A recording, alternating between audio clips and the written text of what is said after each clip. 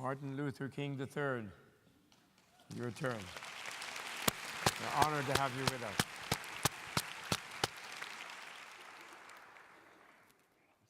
I guess almost good afternoon. I am truly honored and humbled to be a part of this panel, but most especially to be with His Holiness, but also to be with everyone today to discuss this most important issue. I want to start very briefly at a sort of global level, because when we talk about peace and education, we first have to create a climate, I believe, of nonviolence. And when we look at how we are socialized, for example, we allow our most precious resource, our children, to watch cartoons. Cartoons, 6 out of 10 of those are violent. So we're beginning a socialization process that teaches us to embrace violence. Our children watch television. 6 out of 10 movies on television are violent. Our children learn video games, and 6 out of 10 of the video games are about blowing up something or shooting something. And then our children go to theatrical productions. Many of our movies in our society are violent. And the final thing is we all love and listen to music, and some of our music culture promotes violence. So until we begin not so much to create or keep people from, because I don't believe in disallowing freedoms, I believe in freedom. But I think we have to in a sense, it goes back, I would say, to how we raise our children. It certainly biblically is said, if you train up a child in the way that they should go, when that child is old, they will not depart from that training. Some in our society, for various reasons, have abandoned the responsibility of raising our children. That's probably the first thing that is probably most important. We can't mandate that, but certainly we could be helpful in that process. Now, my father and his team understood why it was so important for us to be educated. But he often, and only, I should say, utilized nonviolence to bring about change, radically change this nation, and perhaps even our world. The changes that he and his team began reverberate throughout our world. So when you think about that, you also have to look at what happens at the national level, because we are a wonderful nation, but we preach peace, but practice war. Our children see that. That's an inconsistent message. We say that our children are important to us, but yet, when you think about it, we pay athletes more in 1 year than we pay our teachers for an entire lifetime.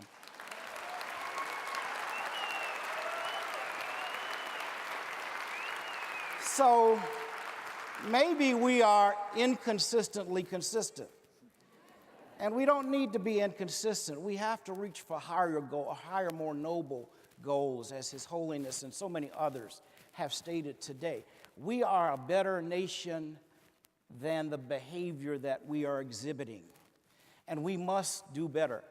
I should say, at the Martin Luther King Center, where I'm president, teach and train people in nonviolence. We teach people how to live together without destroying person or property. It used to be taught some kind of conflict resolution in our school systems, but then they said, well, we don't have the money to do that. But every time we need to build a bomb or we need to send a military expedition, we have plenty of resources, unlimited, in fact. It is up to us as a community to change that paradigm. It is not up to any one individual, but us collectively. We can create a different climate. We can, in fact, have nonviolence taught in our schools. If we don't give our young people an alternative, how do we expect them to be different? Maybe, as His Holiness has, I believe, said, some form of ethics needs to be taught in our school systems, even perhaps from kindergarten all the way through college. We can't mandate it, But certainly if the public demands, we want some form of ethics, because you can't expect people to know something that they're not exposed to. Give them an alternative to resolve their conflict. And I assure you that it can work. The final thing I want to say, I know our time is short, is that my dad used to say that in life we can be like thermometers or thermostats. And if you evaluate that analogy just a little bit, you know, a thermometer is a great device, but it essentially records the temperature. Today it's comfortable here in this massive auditorium, and it's a beautiful facility, but if it's too hot, there's another device that we use to turn it down or to warm it up if it's too cold. And that device is called a thermostat. A thermometer records what goes on. A thermostat regulates what goes on. We must determine if we're just going to record what happens in our lives or if we're going to be a part of regulating what happens in our nation and world.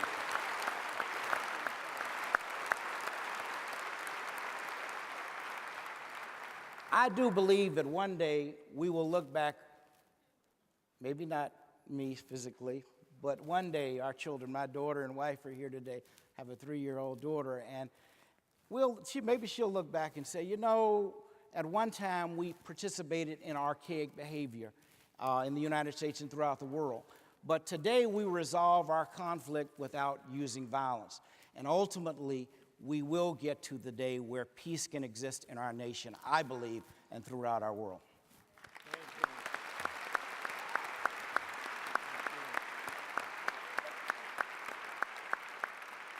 Thank you very much, Martin Luther King III. It's inspiring to hear that. Your Holiness, do you want to say anything about this moment?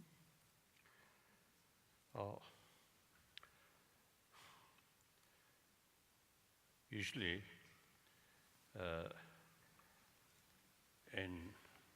from kindergarten, so we have to sort of teach. Whenever we face some potential of conflict, they teach use force is a wrong method, actually mutual destruction. So conflict always there. So potential of conflict always there. So the only sensible, realistic method is try to solve that through dialogue. So from kindergarten, I think one subject we must sort of teach the spirit of dialogue. So that I often used to telling people, the children in the school, they learned the importance of dialogue. So they themselves sometimes say because of that practice. So whenever we saw some sort of conflict, the immediate sort of response from our mind should be how to solve this through dialogue, instead of how to solve this by force, so that the student is very familiar about the spirit of dialogue. So when they return their home, if parent a little bit sort of quarrel, then student will say, oh, this is wrong. Must solve through talk. I think, you see, so the idea of dialogue, non-violence, should be part of their life. That is important, as you mentioned. That's very right. Thank you, Your Holiness. So now we turn to Goldie Hawn with the Mind Up program, doing wonderful things in schools, and a great friend, Goldie Hawn. Thank you very much.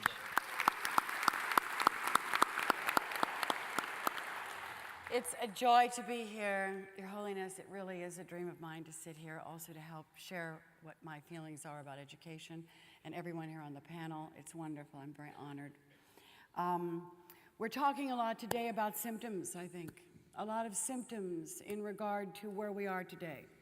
And we can blame many things that I don't think we'll ever be able to change.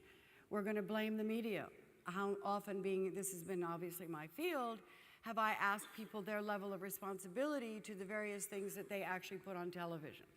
Well, it's all about money, right? So we're dealing with the lowest common denominator. The answers aren't good. Technology, for instance, is stealing our intimacy. Our children are on they're on their computers, or they're on their Blackberries, or the parents are on their Blackberries, and people are really now sort of being lost in terms of technology. But is that going to change? No.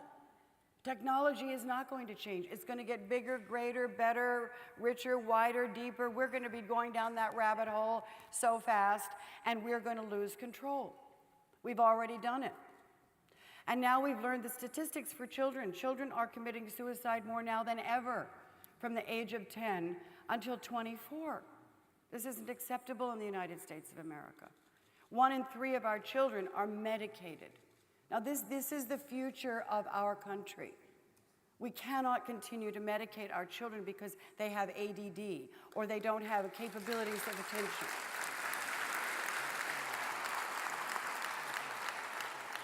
So I look at all of these things that we're talking about today, which are vitally important, and you are brilliant, and all the things that we're saying are important, but we are band-aiding a system that we say is broken. But the true people here who are broken are our children. Our children are the ones that need attention. They are the ones that need to be trained and taught holistically how to think, how to feel, and how to act. Inside of our school systems, which we look at and say, well, we need more music, and we need more this, and we need more that. What we need is to help children do the inside job that they need to do in order to feel whole. So, understanding His Holiness's wish 10 years ago to educate the mind and the heart. It's an intrinsic connection that we cannot separate. And therefore, after 9/11, when I saw the incredible polarity and the hatred and the religious separation that was happening in the world, and that we were going to experience great financial downturn, and looking at what's happening with our children and our homes and our mothers who are working and not able to be there, suffering, yes, I realized that something had to be done. So, getting to Mind Up. Mind Up is created as a kind of a holistic and an organizational curriculum that has interdisciplinary. Because it isn't just telling a child, don't bully. It isn't just saying, oh, just feel more empathetic towards someone. Or here's a program how you can learn to talk at. They don't understand. They come in frenzy. They come in scared. They come in destabilized. They come in unloved. There is so much going on in these children's minds today that how can we ever expect them to learn? How can we expect them to feel? How do they feel that they matter? They don't. So when we ask them to come to class and say, just pay attention, they don't even know what attention means.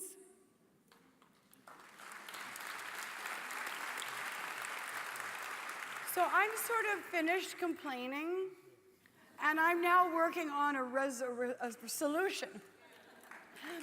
So obviously change doesn't come easy. My children hate it when I change the living room. I said, Mom, why did you put the couch over there? We liked it. It's the same thing in human nature. Doesn't like change, does not come easy. But I'm not going to give up. And I'm not going to stop talking about the needs of these children and the fact that we have to change our education for this century so these children are able to deal emotionally and physically and psychologically in order to deal with these obstacles that we're dealing with today. And creating peaceful warriors is part of it. So our curriculum has 4 prongs. One is that our children learn about their brain. Why don't children know how their brains work? Why is it that we've left them in the dark? I mean, we can learn all kinds of things, and the universities are understanding things, and we've got all kinds of reality here. It's proven. Why don't we give our children neurobiology? Why don't they know why they get upset? where they get upset, what happens to their brain. How does it function when they are in frenzy? Guess what? They learn that the prefrontal cortex doesn't work. We then give them tools on how to relax that, how to recognize their own stress, their own important person.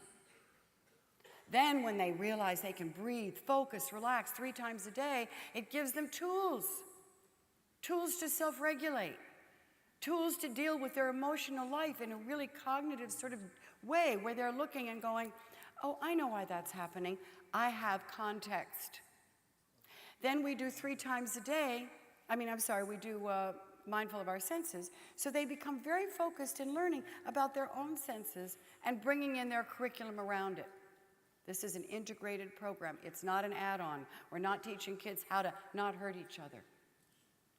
We then do empathy building. We do acts of kindness in the classroom and out of the classroom. We do gratitude journals because every child needs to realize what they're grateful for, and I don't care what it is. Maybe it's a leaf, a beautiful leaf they found on the ground. But that kind of focusing these children need to boost their optimism, their happiness, and their well-being.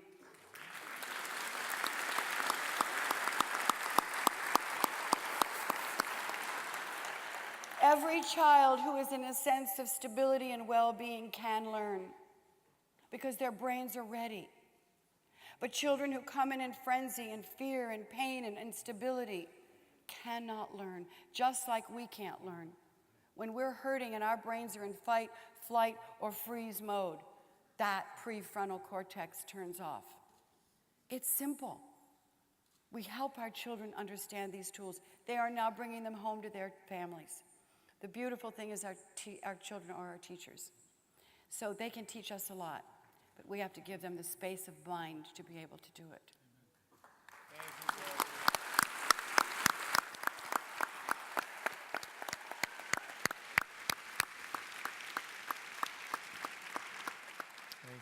Thank you, Goldie. And now, last and by no means least, Your Honor, the Mayor, the anchor man, the man on whom the burden is. I just want to say something as a prelude of gratitude. When the thought about having a conference here in Newark was started, there was something I was all prepared to insist upon, and if I had to wrestle for, forgive the nonviolent metaphor, for violent metaphor, excuse me, was that Newark residents were fundamentally at the center of this conference, and that there would be tickets made available for them. But I very much found quickly that I did not have to insist upon it. Number one, the Dalai Lama, His Holiness, when the invitation came, I was told that he reacted with enthusiasm that he would be going to an American urban space to Newark, New Jersey. And then right at the forming of this, there were some Newarkers, a young man named Vaughn Crow, who sits in the audience right here, and another man born and raised who's a Rough Rider, Ray Chambers, who's right here, and another man who's a Jersey boy, not from Newark, but if you cut him, he will bleed bricks, is Drew Katz, who's sitting in the audience too. They, along with the Tibet House, really made sure that Newark youth, Newark educators, and the Newark community would be here, along with people. I've met people as far away as New Zealand, California, and others, that they would all be together. So I give gratitude to the Tibet House. I give gratitude to all those who made this possible, and to all the Newark folks in the house. God bless you. Thank you for being here.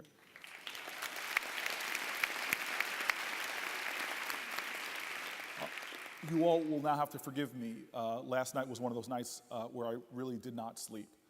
By the time I got to bed at 4 o'clock in the morning, my BlackBerry went off again because a young man from our city was shot multiple times in the leg and is in the hospital right now in critical condition. It is one of those nights where I know we have a peace conference going on in our city, but as I got ready to go here this morning, I was in communications with my fire director because another individual in our city was savagely injured and then set on fire. So I stand here right now with an anguished heart, and I am so grateful that we are here talking about peace, but I know my nation this great country that speaks of freedom and justice, has so far to go until we achieve those ideals that we preach so easily, but we do not practice that much. We are a nation that every day sees a Virginia Tech. Over 30 people die of gun violence. But while a college will cause us all to have consternation and concern nationally, while if a person named John Benet Ramsey or Natalie Holloway gets killed, there's something amazing about when another man in my city gets shot or murdered, that does not seem to even pierce the consciousness of our country.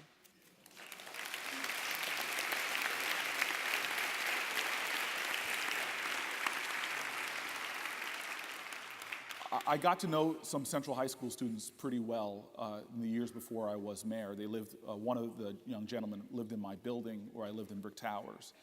And I know that there is so much truth when you get to know our students, that every one of my children in Newark schools reflects God's genius. These kids were remarkable, but they were beginning to show colors, and occasionally when I would come home late into the lobby of the building, I would smell some herb that I'm not sure if we could go into more deep to that. So I quickly started working with them. I had some other friends, and we took them out to the movies and dinners. I had friends of mine that had been involved in the drug trade that were not involved in it anymore. But suddenly, I, like so many adults, got very busy. I was running for mayor of the city of Newark. And then after I got elected, there was so much commotion around me. And at that time, there were some death threats. And so I had security coming home with me into the lobby, guys with weapons. And the young fellas from Central High School didn't find that a good place to hang out anymore with the newly elected mayor coming in with men with large weapons. So I lost touch with them. I was sworn in July 1st, 2006. And in August, if people remember, there were 2 people murdered on the day I was sworn in. And that year, 2006, we had 435 people shot in the city of Newark, more than one a day.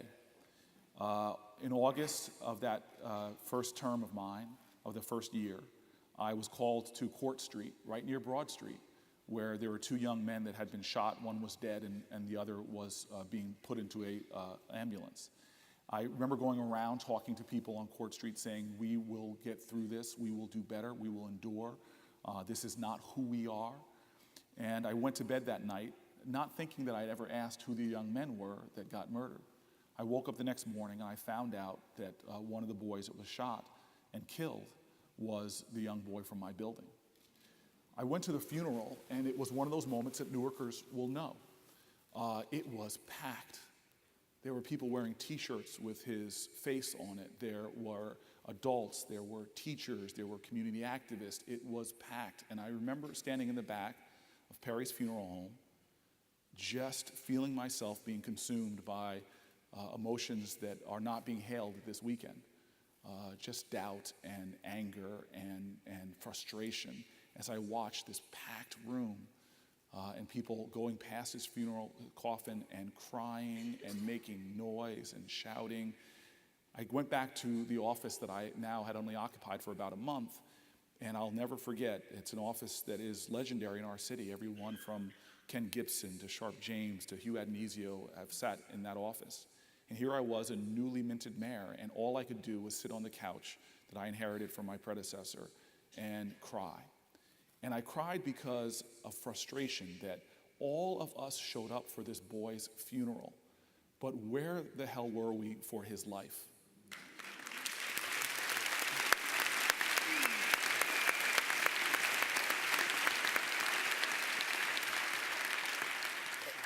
And so I sit here waking up on a night with no sleep, with some legendary people on this panel. And folks, when you look at a Jim Shelton, you need to know that he is a guy that has come from the Gates Foundation.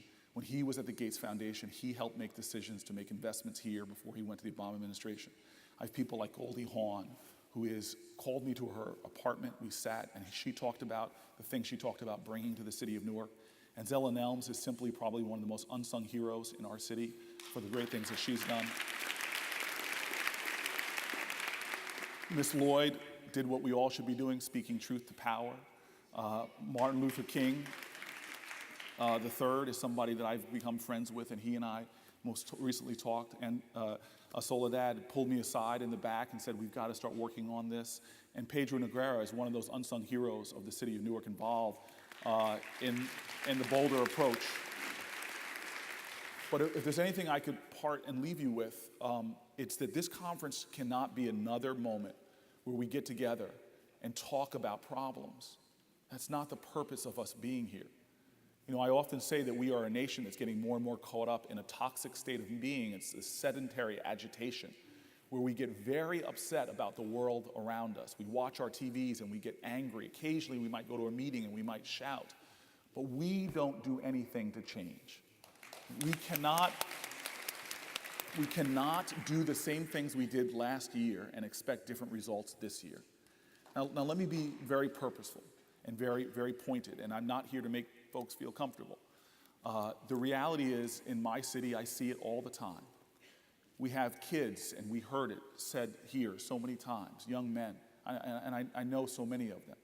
I have parents, single mothers, who, you know, this is New Jersey. You have to make twice the minimum wage just to support a family of 3. So I've got these heroic women in my city working 1, 2, 3 jobs, trying to make it work. They're not there for their kids when they come home from school. And yet I have all these people who talk about the need for change and education and peace in our community. But there are folks that won't even give up 4 hours a month, the amount of time that they spend watching their favorite TV show, to be a mentor to one of our young people.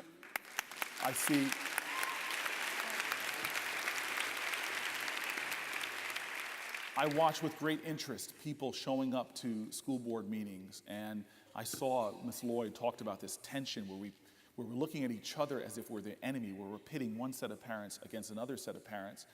You know, Martin Luther King, your father, said that the problem today is not the vitriolic words or the violent actions of the bad people. It's the appalling silence and inaction of the good people.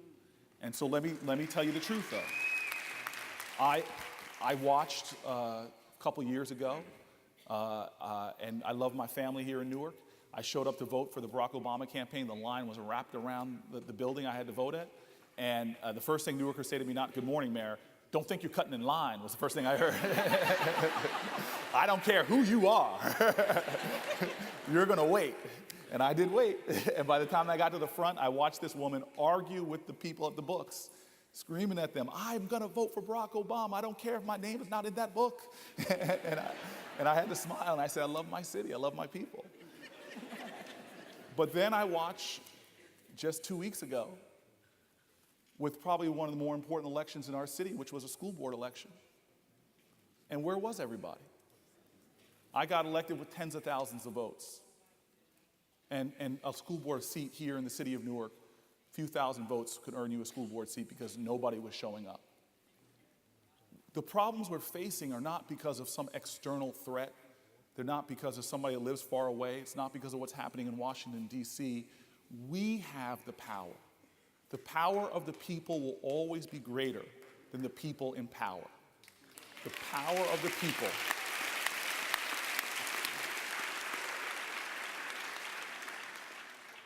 I know the young man that lived in my building his life could have been saved. I know there's a young man shot in the leg who's sitting in University Hospital right now who did not have to be a victim of that violence. I know there was a person murdered last night in the city of Newark that was entirely avoidable. And we have to understand that if we want a revolution in our city, listen to the words of Alice Walker. She wrote a great book, In Search of My Mother's Garden, where she said at the end of that book, she said, the real revolutionary is always concerned with the least glamorous of things. The filling out of food stamps for our elderly folks because they have to eat, revolution of not. The helping a child raise their grade level from 4th grade to 5th. These are the things that we must do. And if we want our children to be great, and I recognize the bell, please understand that we have to evidence that. Children are not good at listening to adults, but they never fail to imitate them.